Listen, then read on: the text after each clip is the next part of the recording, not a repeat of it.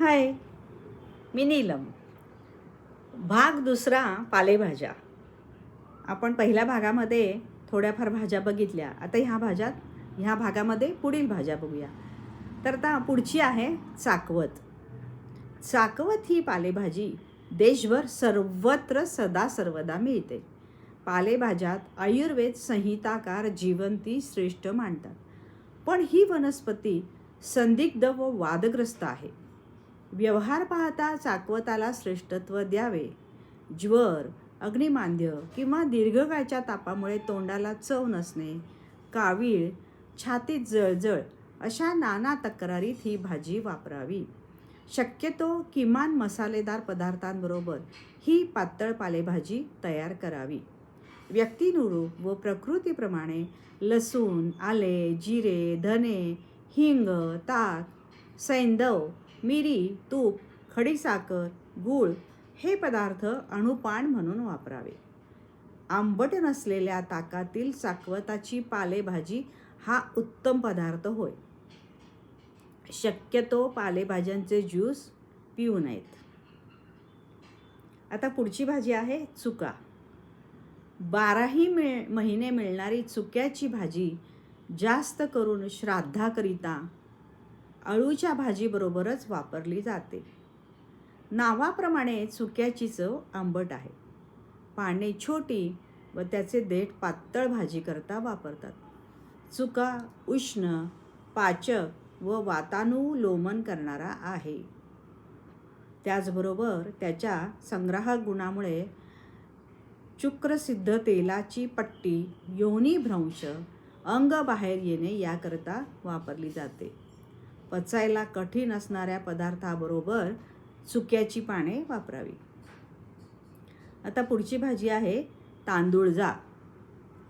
तांदूळजा लाल हिरवा कुठेही केव्हाही सहज येतो. ज्यांना शरीरात सी जीवनसत्व हवे आहे त्यांनी तांदूळजाची भाजी खावी. ही भाजी मधुर रसाच्या गुणांनी समृद्ध व शीतवीर्य आहे. उष्णतेच्या तापात विशेषतः गोवर, कांजिण्या व तीव्र तापात फार उपयुक्त आहे. विषविकार, नेत्रविकार, पित्तविकार, मूळव्याध, यकृत व पांथरी वाढणे या विकारात पथ्यकर म्हणून जरूर वापरावी. उपदंश, महारोग, त्वचेचे समस्त विकार यामध्ये दाह किंवा उष्णता कमी करावयास तांदूळजा फार उपयुक्त आहे.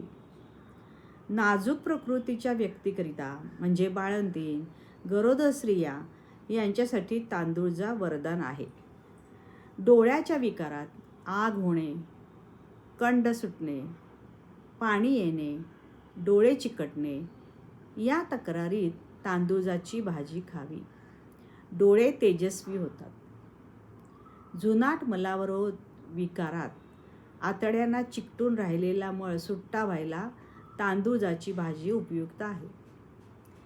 तांदूळजाची पातळ भाजी वृद्ध माणसांच्या आरोग्याकरिता जास्त उपयुक्त आहे. मोठ्या आतड्यास जास्त उपयुक्त घटक मिळतात. स्त्रियांच्या धुपणी विकारात तांदूळजाचा रस व तांदूळजाचे धुवन व मध असे मिश्रण फार त्वरित गुण देते. अनेक प्रकारचे विषविकार चुकीच्या औषधांनी शरीराची आग होत असल्यास तांदूळजाचा रस प्यावा.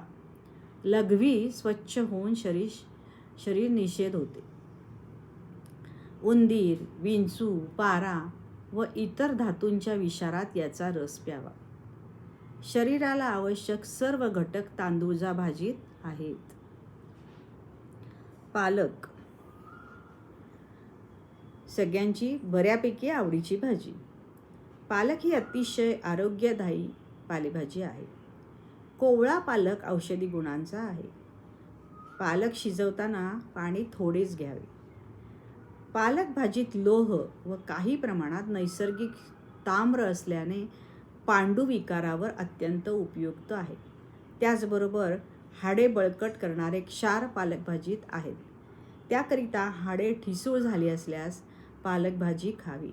हाडे जुळून यावी, लवकर ताकद यावी याकरिता शस्त्रकर्म झाल्यावर पालक भाजी किंवा त्याचा रस यांचा मुक्त वापर करावा.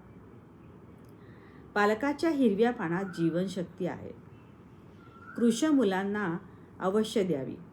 दुधाचा पर्याय म्हणून पालक भाजी वापरावी. त्यामुळे त्यांची प्रकृती सुधारून रक्त व अस्थी या दोनही धातूंची वाढ व्हायला मदत होते.